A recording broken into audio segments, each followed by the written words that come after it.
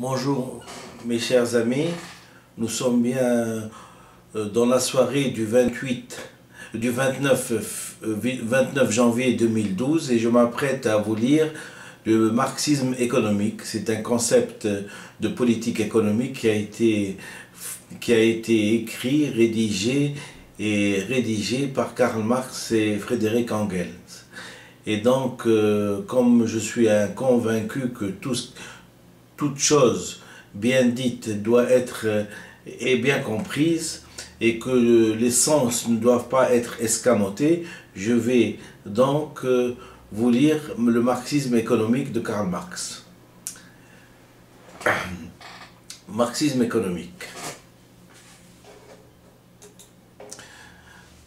Le marxisme économique est l'économie politique proposée dans les travaux de Karl Marx, par extension les théories qui s'en sont inspirées. À proprement parler, au sein du marxisme économique, il faut faire la distinction entre l'économie marxienne, dont les représentants se revendiquent directement de la pensée de Marx, l'économie marxiste, qui appuie sa réflexion sur le marxisme, et enfin les écrits économiques de Marx.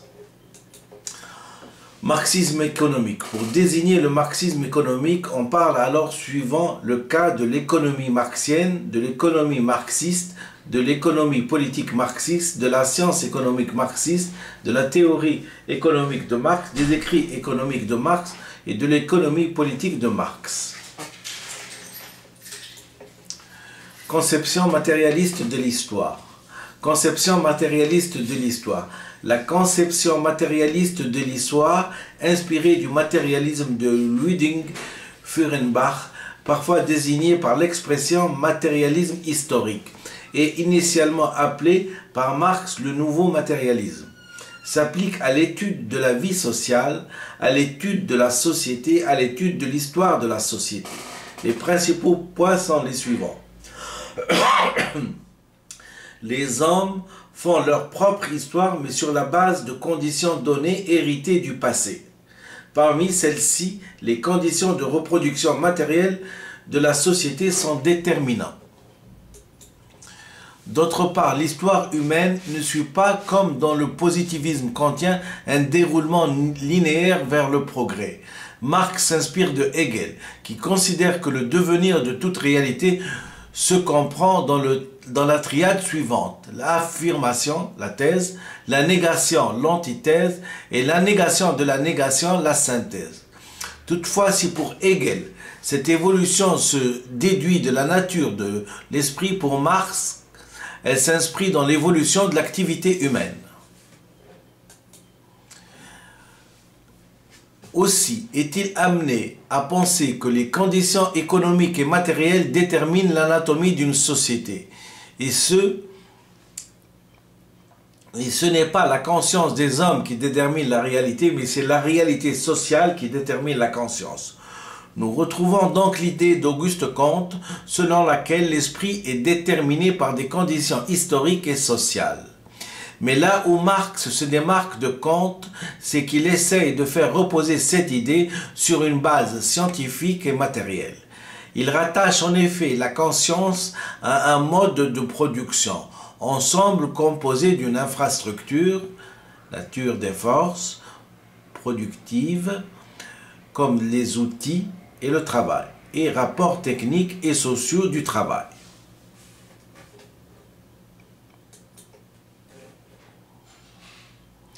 Et de la superstructure, religion, droit, morale, idéologie et science. Pour Marx, l'évolution de la pensée et de la société humaine suit donc une course dialectique, plusieurs modes de production. Féodalisme, esclavagisme, capitalisme se succèdent, chaque mode se heurtant à un moment donné aux contradictions entre les institutions et les forces productives qui trouvent leur résolution dans le mode qui leur succède. À terme, ces contradictions doivent, par l'action consciente de l'humanité et du prolétariat en particulier, se réconcilier dans une synthèse, le communisme. Marxisme économique. Les racines du marxisme économique. Marx effectue une synthèse entre quatre grands courants économiques. La pensée socialiste française. À la manière de Kant, Marx pense qu'il faut découvrir les lois socio-économiques historiques. De même comme Saint-Simon, qui considérait qu'il existe un clivage entre la classe des producteurs et la classe des oisifs, bourgeois, militaires, juristes, etc. Au fondement historique de tous les antagonismes de classe antinomiques qu'il voulait résoudre en soumettant la société à l'intérêt des producteurs, ce qui n'excluait pas la dictature du prolétariat. Marx observe que la société est divisée en plusieurs classes sociales, les deux principales étant la bourgeoisie et le prolétariat. Bien sûr, il y a de nombreuses nuances entre la philosophie marxiste et la philosophie sociale de Saint-Simon, mais dans tous les cas, le communisme vers lequel doit tendre la société est pour une grande part inspiré des penseurs utopistes français. Marx pense que la société doit se diriger vers l'abolition de la propriété privée et l'appropriation des moyens de production par les travailleurs. L'économie politique classique avec la théorie économique de la valeur travail de David Ricardo, la théorie du circuit qu'il emprunte au physiocrate, la théorie de la plus-value et de l'exploitation qu'il emprunte à Pierre-Joseph Proudhon. Principe d'exploitation. Étudiant le mode de production capitaliste, Marx considère qu'il révèle une opposition entre deux classes sociales. Bien qu'il puisse y avoir d'autres classes, la classe bourgeoise qui détient le capital et la classe prolétarienne qui ne dispose que de sa force de travail, s'inspirant de l'idée d'exploitation des travailleurs lancée par Proudhon ainsi que de la pensée ricardienne, qui ramène la valeur économique à la valeur travail. Marx pense que le capitaliste exploite le travailleur en lui subtilisant une plus-value, c'est le surtravail. En effet, le capitaliste ne paye que la valeur de la force de travail. Or, la valeur de la force de travail et la valeur que cette force produit sont deux choses différentes. Ce que coûte un ouvrier pour pouvoir travailler et le coût réel de son produit diffèrent énormément. Un travailleur produit plus de valeur que ne lui en coûte pour travailler et vivre lui et sa famille. Le capitaliste tire son profit de cette différence qui est la plus-value. Dans la valeur du produit, il y a ainsi la valeur des moyens de production consommés dans la fabrication du produit et la valeur du travail payé, constituée par la valeur de la force utilisée, donc le montant des salaires.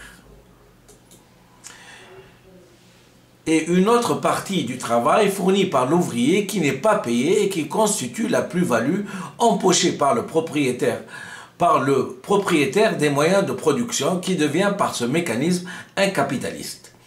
Il tire de ces fondamentaux une théorie selon laquelle les tendances internes du système capitaliste recèlent des contradictions indispensables qui vont déclencher systématiquement et de manière récurrente des crises économiques. Le mécanisme économique qu'il décrit est le suivant. Circuit économique. Marx emprunte certains éléments de réflexion à Ricardo. Il distingue tout d'abord les biens, qui sont produits et consommés par le producteur direct et la communauté dans laquelle il vit, et les marchandises qui sont produites par l'échange direct ou le commerce. Ensuite, Marx utilise la distinction entre valeur d'usage d'une marchandise subjective et variable d'un agent à un autre et qui change aussi avec le développement technique et valeur d'échange acceptable par tous les agents, ceci pour permettre justement l'échange. Enfin, Marx suppose que la valeur d'une marchandise est une donnée objective fixée par la quantité de travail incorporée en elle. C'est le temps socialement nécessaire pour la produire. Elle prend forme ou se réalise grâce à l'échange et apparaît comme valeur d'échange.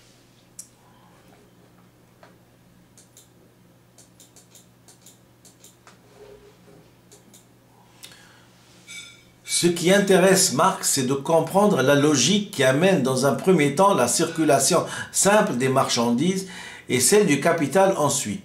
Si la circulation simple des marchandises, M, échange marchandises, argent et ensuite échange argent marchandises, où l'argent intervient comme moyen de circulation, moyen d'achat et fonctionne comme équivalent général, le troc M, et l'échange de marchandises contre marchandises est caractérisé par un échange direct de valeurs où l'argent n'est pas nécessaire. La circulation MAM aboutit à échanger un produit contre un autre par l'intermédiaire de l'argent. Le but de l'échangiste qui, après avoir vendu quelque chose dont il n'a pas besoin, achète la marchandise qu'il désire. Marxisme économique, c'est de consommer mieux et plus. En revanche, la circulation du capital AMA renferme en elle un objectif tout autre, qui est celui d'acheter des marchandises pour les vendre plus cher. Là, le but n'est plus la consommation, mais l'enrichissement. Faire avec de l'argent plus de l'argent, c'est faire du capital.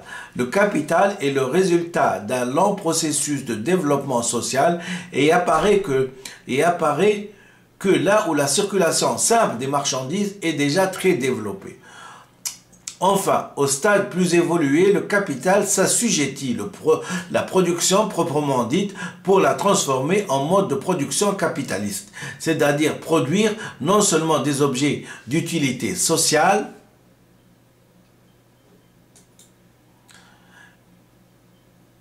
des valeurs d'usage, mais surtout des marchandises de valeur et par-dessus tout de la plus-value. Produire de la plus-value est le but du mode de production capitaliste. C'est sa raison d'être. Il se stimule la production que là où il y a de la plus-value.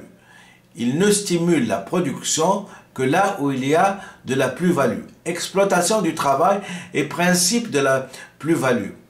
Marx considère que les capitaux engagés A se décomposent en deux parts. Le capital constant C, les machines, les matières premières et les matières auxiliaires, et le capital variable V, les salaires. La valeur de A est donc A égale C plus V. Il suppose de plus que le capital constant ne fournit aucun surplus au capitaliste. Ce n'est que le capital variable qui est source de valeur. Et cette valeur est proportionnelle au temps du travail social nécessaire à la production de la marchandise. Celui-ci comprend le travail indirect et le travail direct. L'exploitation des capitalistes s'exprime alors dans le fait que la force de travail utilisée n'est plus payée par le capitaliste, au prorata de sa valeur. Le travailleur est payé dans la logique de l'économie classique au minimum vital qui permet sa subsistance. Sous la pression d'un chômage permanent, les salaires seront toujours ramenés à long terme vers le salaire minimum. Le capitaliste récupère donc une différence, la plus-value, notée PL. On a donc A' égale C plus V plus PL. On peut dès lors définir le taux de la plus-value, PL sur V, qui exprime le niveau d'exploitation du travailleur. Le taux de profit, PL sur C plus V, qui mesure le gain du capitaliste sur le capital engagé.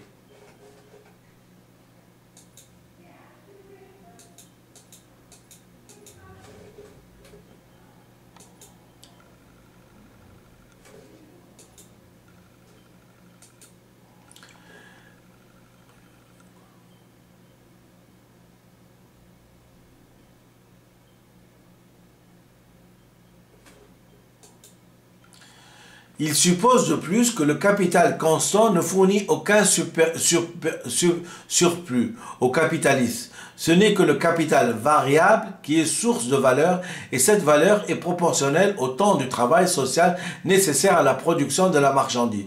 Celui-ci comprend donc le travail indirect et le travail direct. L'exploitation du capitaliste s'exprime alors par le fait que la force de travail utilisée n'est pas payée par le capitaliste au prorata de sa valeur. Le travail est payé dans la logique de l'économie classique au minimum vital, qui permet sa subsistance. Sous la pression d'un chômage permanent, les salaires seront toujours ramenés à long terme vers le salaire minimum. Le capitaliste récupère donc une différence, la plus-value, notée PL. On a donc A' égale C plus V plus PL. On peut dès lors définir le taux de la plus-value, PL sur V, qui exprime le niveau d'exploitation du travailleur, et le taux du profit qui mesure le gain du capitaliste dans le capital engagé. Je viens de relire exactement les deux diapositives précédentes en une seule, et ce qui nous permet encore de nous imprégner des idées qui sont fondamentales, fondamentales pour la compréhension du capitalisme et du marxisme économique. La valeur produite se répartit alors dans les salaires qui tendent vers le minimum vital. Les profits donnés par la somme des plus-values, différence entre le travail total mis en œuvre et le travail nécessaire, les intérêts et les rentes, ils sont considérés par Marx comme une répartition de second degré prélevée sur les profits. Ils dépendent des facteurs monétaires et financiers. Trois possibilités s'offrent aux capitalistes pour accroître la plus-value.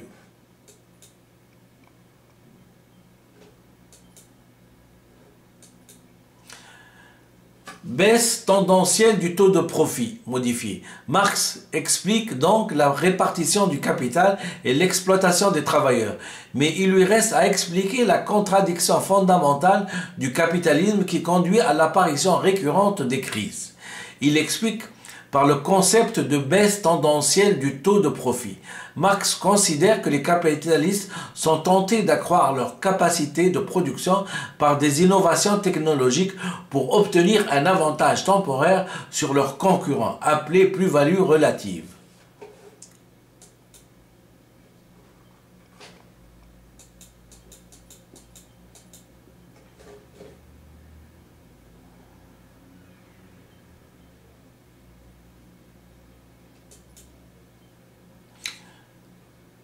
Il s'ensuit qu'il substitue des machines à la main-d'œuvre, autrement dit, il substitue du capital constant C à du capital variable V, ce qui a pour conséquence d'augmenter l'intensité capitalistique de la composition organique du capital, proportion de C et V dans le capital. Comme la plus-value est donnée par l'utilisation du travail direct et que le taux de profit est PL sur C plus V, il vient une baisse tendancielle du taux de profit qui provoque des crises. Cependant, Marx dit qu'il existe des contre-tendances à cette baisse. Les capitalistes tentent de la compenser en accroissant leur débouché, impérialisme, ou en augmentant le taux de plus-value qui est le taux d'exploitation PL sur V. Donc, en baissant les salaires par exemple. Et on pourrait envisager un état stationnaire, mais le problème est que la substitution du travail par le capital engendre de plus en plus de chômage, une armée de réserve de travailleurs, ce qui conduit inexorablement la société vers des conflits sociaux. À terme donc, le capitalisme croule sous le poids de ces contradictions.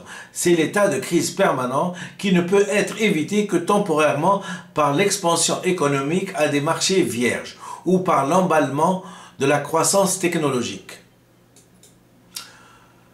Le marxisme économique après Marx. Le marxisme économique a eu une grande influence sur la pensée économique du 19 et du 20e siècle. Celui-ci s'est exercé de différentes manières, courant en prolongation directe de l'économie politique de Marx.